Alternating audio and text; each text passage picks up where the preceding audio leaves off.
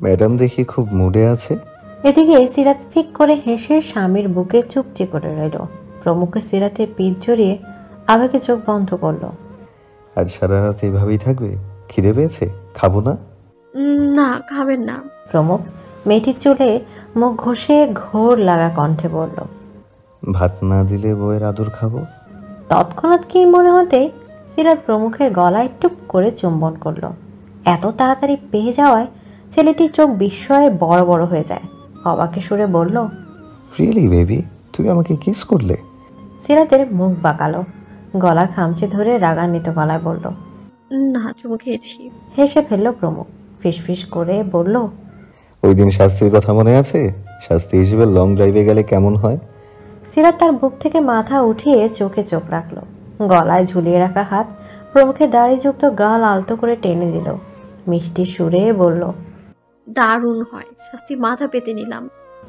মুহূর্তে প্রমুখের হাতের বাঁধন থেকে নিজেকে ছাড়িয়ে নেয়। মেয়েটির রুমে যেতে যেতে বলল, দারুণ, রেডি হয়ে আসছি। তৎক্ষণাৎ আলমিরা থেকে কাপড় খুঁজে শুরু করলো। চোখে পড়ে প্রমুখের কিনে দেওয়া প্যান্ট। সে কুর্তির সাথে প্যান্ট নিয়ে ওয়াশরুমে যায়। গলায় হিজাব পেঁচিয়ে বেরিয়ে এলো। চুলগুলো ছেড়ে হালকা সাজুগুজু করছে।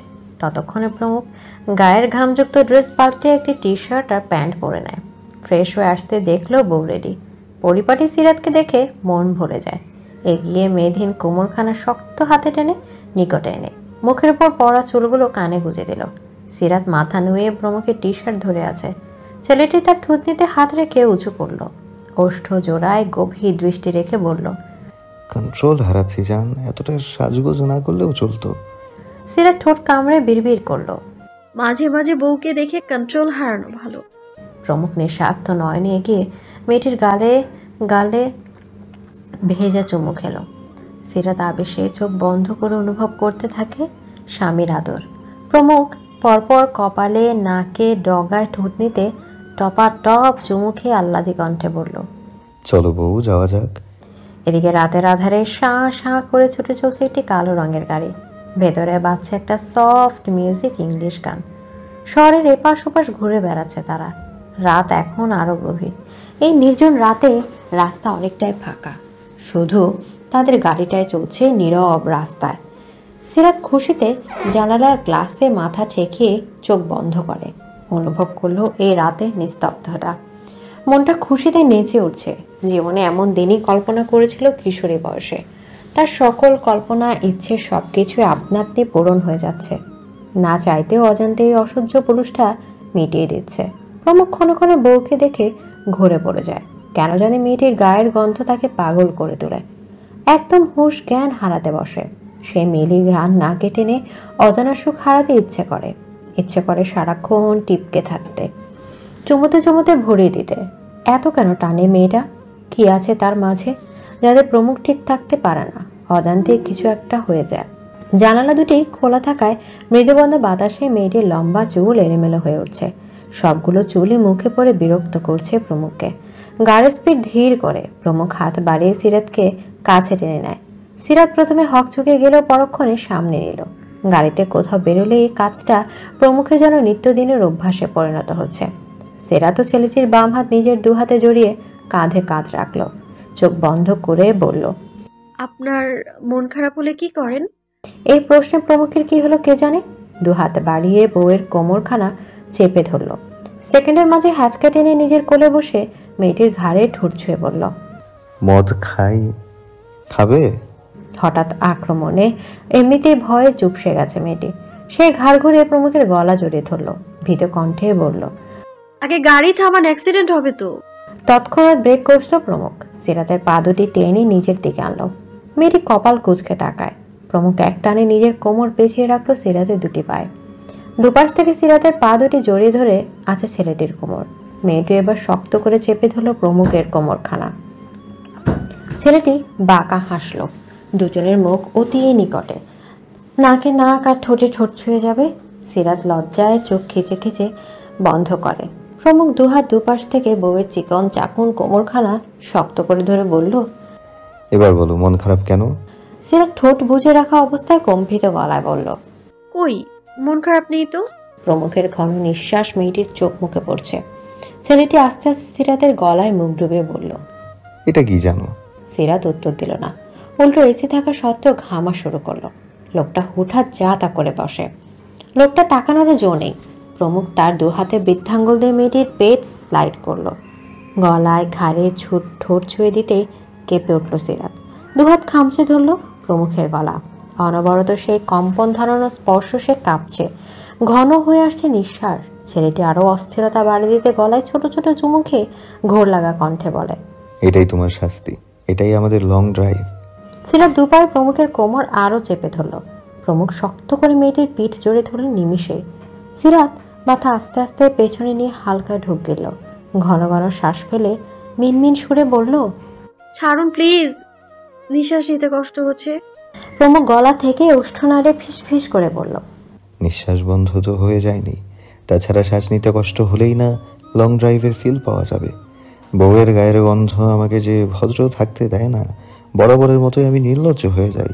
নিয়ন্ত্রণ করতে চাইলেও ভেতরের অসভ্য সত্তা আমাকে তাচ্ছিল্য কটূক্তি করে হাসে, মজা লুটে, বলে আমি নাকি নিরামিষ। ভার্সিটি বন্ধ থাকায় সারাক্ষণ বাসায় বসে থাকতে ভালো লাগে না, কেমন উদাসীন লাগে। প্রমুখ সেই যে সকালে অফিসে গেছে, সন্ধ্যা হয়ে এলো, তবুও আসার নাম নেই। সিরাত রুমে শুয়ে বসে থেকে ধীর পায়ে পাশের রুমে গেল। সাইমা খানমের জিনিসপত্র দেখে মনটা হু হু করে ওঠে। অজান্তেই গাল দুটো চোখের পানিতে ভিজে গেল। কষ্ট সহ্য করতে না পেরে বেরিয়ে গেল রুম থেকে। ড্রয়িং রুমে যেতেই বাসার কলিং বেল বেজে ওঠে। সিরাত চিমকে উঠল, এ সময় কি আসবে? প্রমুখ আসলো তো ডুবিকে চাবি দিয়ে খুলেই চলে আসে। সে ভিড়ে পায়ে এগিয়ে দরজার নিকট দাঁড়ায়। হালকা ঢুকলে পায়ের পাতার ভর দিয়ে লুকিং গ্লাসে উকি দিল, কিন্তু কিছুই দেখা যাচ্ছে না। তার মানে ওপাশের ব্যক্তি হাত দিয়ে ঢেকে রেখেছে। সিরাতের ভয় জমে বুকে, তরকর করে নাক ঘামতে শুরু করে। এদিকে কলিং বেল বাজার গতি বাড়ল। সিরাত চুপসে যাওয়া মুখে থমকে তাকায়। ঘন ঘন শ্বাস ফেলে ভাঙা গলায় প্রশ্ন করলো, কে? কোনো উত্তর এলো না, বরং সিরাতের ঘাম ছোটা শুরু হয়। সে আবারও ভীত কণ্ঠে বলল, কে? এবারও কোনো উত্তর নেই। মাথায় বুদ্ধি যেন হারিয়ে গেছে। সে তৎক্ষণাৎ শরীর ফিরে পেয়ে দৌড়ে গেল রুমে। ফোন হাতে নিয়ে প্রমুখের নম্বর কাপা হাতে ডায়াল করে। দরজার পেন দাঁড়াতে শুনতে পেলে বাইরে ফোন বাজছে। তৎক্ষণাৎ সিরাতের আত্মায় পানি এলো। ফোন কেটে দিয়ে দাঁতে দাঁত শক্ত করে মনে মনে কষলো, আজ ইচ্ছে মতো বকুনি দিবে। মজা করলে? রাগান্বিত মুখে জোরে লক খুলে শক্ত গলা বলল। তৎক্ষণাৎ মুখ চুপসে গেল তার। সামনের মানুষটিকে দেখে হতভম্ব হয়ে গেল। চোখে মুখে তার বিস্ময়। চোয়াল আপনা আপনি ঝুলে গেল।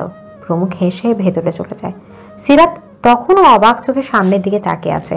সামনের মেয়েটি নাক টানতে টানতে হাত দুটি বাড়িয়ে ভাঙা গলায় বলল, জড়িয়ে ধরবি না? কথা শেষ হতে না হতে সিরাত জাপটে জড়িয়ে ধরলো সায়রাকে। বাচ্চা মেয়ের মতো কেঁদে উঠল দুজনে। একজন আরেকজনের মনের ব্যথা যেন নিমিষে বুঝে যায়। শক্ত করে জড়িয়ে ধরে সিরাত কেঁদে উঠে বলল, এতদিন পর এই পোড়া কপালি বান্ধবীকে মনে পড়লো, আগে কেন আসিসনি? সায়রা ডুকরে উঠে সিরাতকে জড়িয়ে ধরে রাখে। সেকেন্ডের কাঁটা ঘুরে যখন মিনিটের ঘরে পৌঁছালো, প্রায় 10 মিনিট পর সিরাত মনের ব্যথায় চিৎকার করে কেঁদে আস্তে আস্তে শান্ত হলো। মাথা উঁচিয়ে বলল, মার নেই। সায়রা ওর চোখ মুখ নিজ হাতে মুছে দেয়।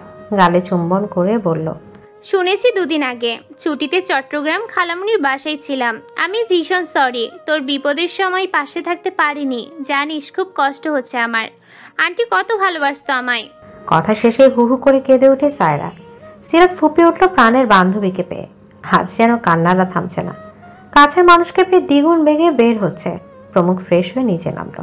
দুজনকে এই অবস্থা দেখে উচ্চস্বরে বলল, কান্না করার জন্য তোমায় নিয়ে আসিনি শালিকা, গল্প আড্ডা দেওয়ার জন্য এনেছি।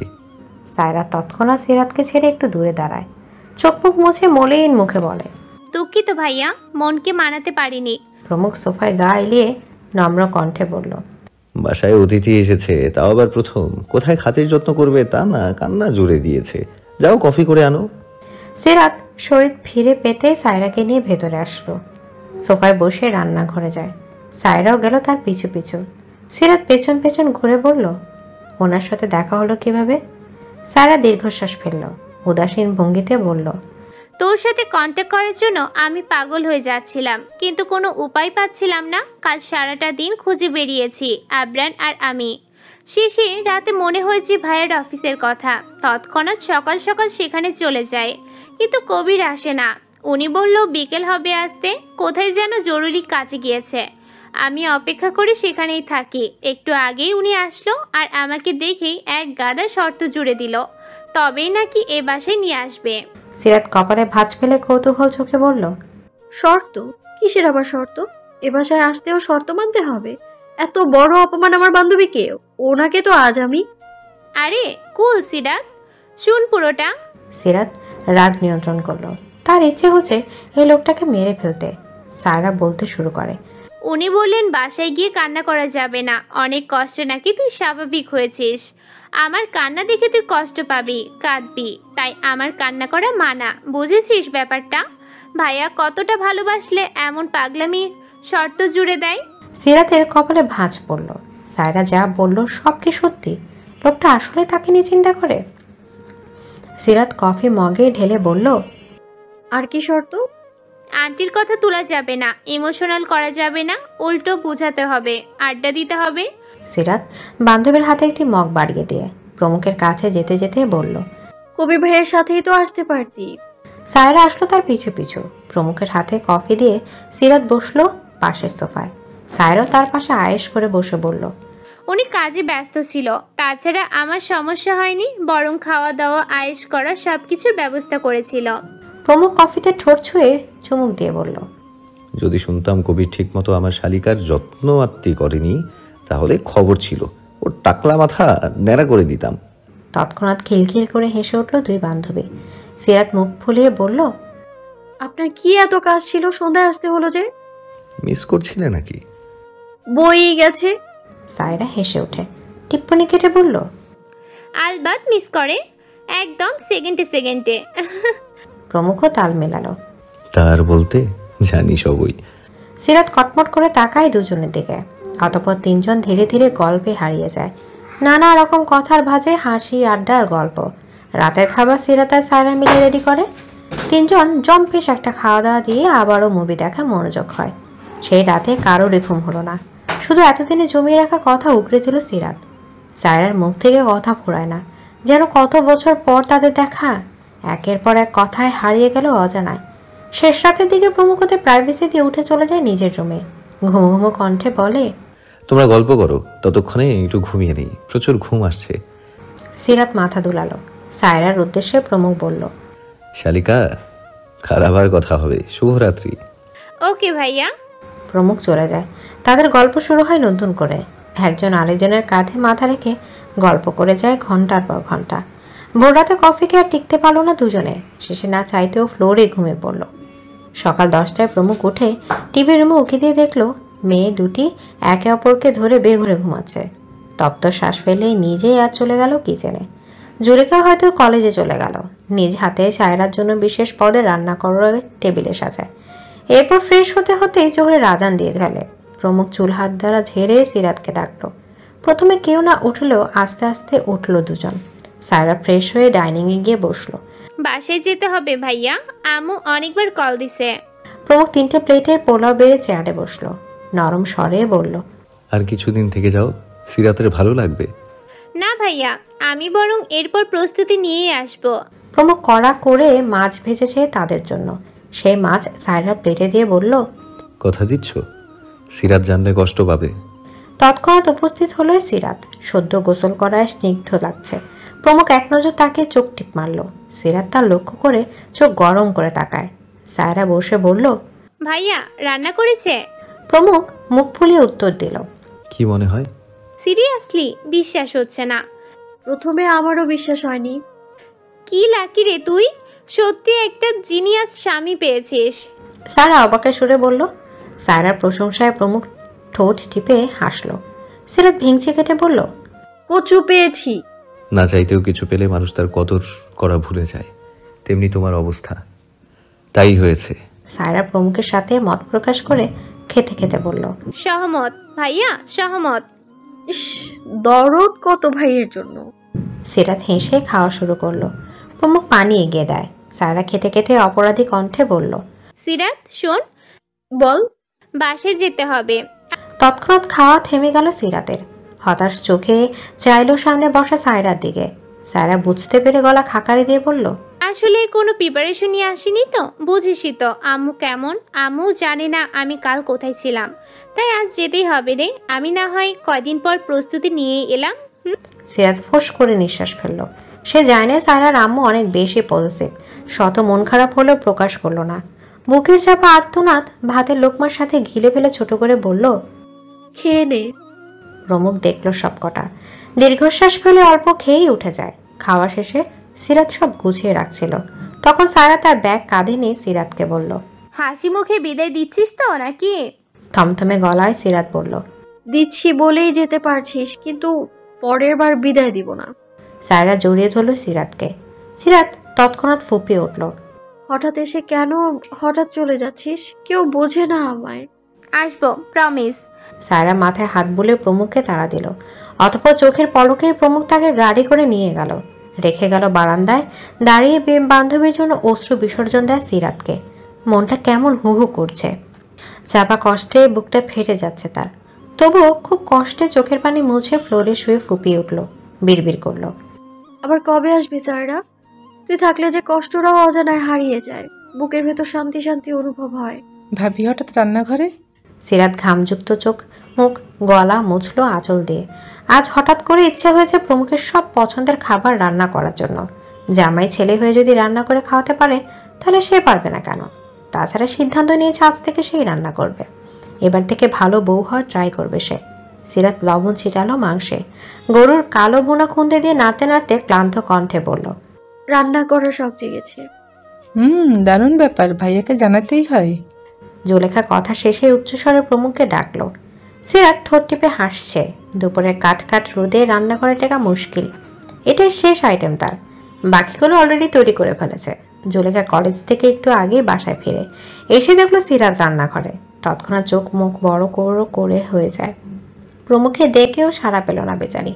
সিরাত গ্যাস বন্ধ করে উদাস কণ্ঠে বলল, শত ডাকলেও কাজ হবে না, তোমার ভাইয়া জরুরি কাজে বাইরে, একটু পর ফিরবে। জুলেখা মুখ ফুলে ধপ করে বসলো চেয়ারে, করুণ গলায় বলল, অথচ গলা ফেটে ডাকছি, আপনি আগে বলবেন না? এখন তো বললাম। সিরাত এসির পাওয়ার বাড়িয়ে দিল। কয়েক রকমের ভর্তা থেকে শুরু করে মাছ মাংস ডাল পর্যন্ত আজ নিজ হাতে রান্না করেছে। দেখে মনে হবে কোনো বড় অনুষ্ঠানের আয়োজন।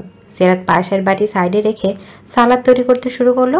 জুলেখা তড়িঘড়ি করে উত্তেজিত কণ্ঠে বলল, ভাবি না প্লিজ, এবার আমাকে দিন, অনেক কষ্ট করেছেন, রেস্ট নিন। আরে বোকা মেয়ে, চুপচাপ বসে থাকো। সিরাত সালাদের বাটিটা নিজের পাশে রাখলো। জুলেখা গাইগুই শুরু করে তার কথা মতো। আর একটা কাজও সিরাতকে করতে দেবে না। এমনিতে কতগুলো পদ রান্না করেছে, কয় ঘন্টা লেগেছে কে জানে। সিরাত জুলেখার দিকে চোখ গরম করে বলল, খিদে পেলে খাও, তবুও বিরক্ত করো না। হতাশ হলো জুলেখা, চোখ ফুলে বসে রইল। সিরাত সব শেষে ঠান্ডা ঠান্ডা লাচ্ছি বানানোর জন্য ব্লেন্ডারের কাছে গেল। জুলেখা তখন সব বাটির ঢাকনা উঁচে সকল পদ ভালোভাবে দেখছে। আজ থেকে চিংড়ি চ্যাপা শুটকি বাটাও আছে। তৎক্ষণাৎ জিভায় জল চলে আসলো। গরম গরম সাদা ভাত আর ইলিশ ভাজা, রুই মাছের ঝোল, চিংড়ি মাছের ঝোল আর মুরগির রোস্ট, সবশেষে গরু কালো ভুনা আর ডাল। সিরাত ঠান্ডা লাচ্ছি টেবিলে রাখার সময় দেখলো জুলেখা সবকিছু খুঁটিয়ে খুঁটিয়ে দেখছে। মুচকি হাসলো সিরাত, লাচ্ছি পরিবেশন করে বলল, তোমার ভাবি রান্না পারে। শুধু পারে মানে? 100 ইস ভাবি যান, কবে শিখলেন এত কিছু? প্রতিটি পদ লোভনীয় খাবার, আমার দেখেই জিভে জল চলে আসছে। ভাইজান দেখলে যে কি করবে, গপাগপ খাওয়া শুরু করবে। সিরাত গা এলে দিল চেয়ারে, ক্লান্ত চোখে জোড়া বন্ধ করে বলল, কিন্তু তোমার ভাইজান তো মাছ খায় না, অথচ আজ মাছের আইটেমই বেশি করেছি। তৎক্ষণাৎ জুলেখার মুখ কালো হয়ে যায়। মন খারাপে সুরে বলল, হ্যাঁ, আপনি জেনেও কেন এমন করলেন? পরক্ষণে মনে পড়ে হাসি মুখে বলল, ব্যাপার না, মুরগি গরু তো আছেই, তাছাড়া ভাইয়া মাঝে মাঝে মাছ ভাজা খায়, কিন্তু ইলিশে তো অনেক কাটা। সিরাত বলল, রুমে যেতে যেতে বলল, সব খাবে আজ, ইলিশও খাইয়ে ছাড়বো। সিরাত দ্রুত শাওয়ার নিয়ে গায়ে জড়ালো হালকা কারুকাজের হলুদ 3 পিস। ভেজা চুলগুলো মুছে মুখ ক্রিম মাখলো।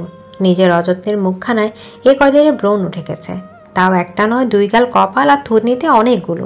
কি বিশ্রী লাগে আজকাল। সেদিকে তাকিয়ে মনটা ব্রিটিশ ন্যায় ভরে গেল। হু করে উঠে অন্তরাত্মা। দীর্ঘশ্বাস ফেলে নিঃশ্বাস বেরিয়ে গেল রুম থেকে। ডাইনিংয়ে গিয়ে দেখলো জুলেখা সেখানে বসা। এখনো খাওয়া শুরু করোনি? সিরাতের প্রশ্নে জুলেখা পূর্ণ দৃষ্টি মেলল তার দিকে। কিছু বলার জন্য মুখ খুলতেই কলিং বেল বেজে ওঠে। সিরাত কপাল কুঁচকে তাকায়। পরক্ষণে মনে পড়লো প্রমুখের আজ বাসায় লাঞ্চ করার কথা। সে ব্যস্ত পায়ে হেঁটে দরজা খুলে দেয়। সামনে দৃষ্টি যেতে দেখলো প্রমুখের সাথে এক ষাটার্ধ বয়সের পুরুষ বেশ পরিপাটি ভাব নিয়ে দাঁড়িয়ে, মুখে অমায়িক হাসি। তার মুখের পানে তাকিয়ে আছে সিরাতের কপালের ভাঁজ আরও দৃঢ় হলো। সে মাথা ঘুরিয়ে প্রমুখের দিকে তাকায়। তৎক্ষণাৎ প্রমুখ চোখের সানগ্লাস খুলে ভ্রু নাচালো। পাশের লোকটি গম্ভীর কণ্ঠে বলল, এই মিষ্টি রমণী বুঝি আমার বৌমা? এদিকে সিরাতের হতভম্বা চাউনির মাঝেই প্রমুখ মাথা ঝাঁকায়, ছোট্ট করে উত্তর দিল, হ্যাঁ ভেতরে চলুন। সিরাত তৎক্ষণাৎ শরীর ফিরে পায়, চটপট সালাম দিল। আসসালামু আলাইকুম। ষাটার্ধ বয়সের পুরুষটি গাল ভরে হাসলো, এগিয়ে সিরাতের মাথায় হাত বুলিয়ে বলল, সুখী হও, স্বামীকে সুখী রাখো।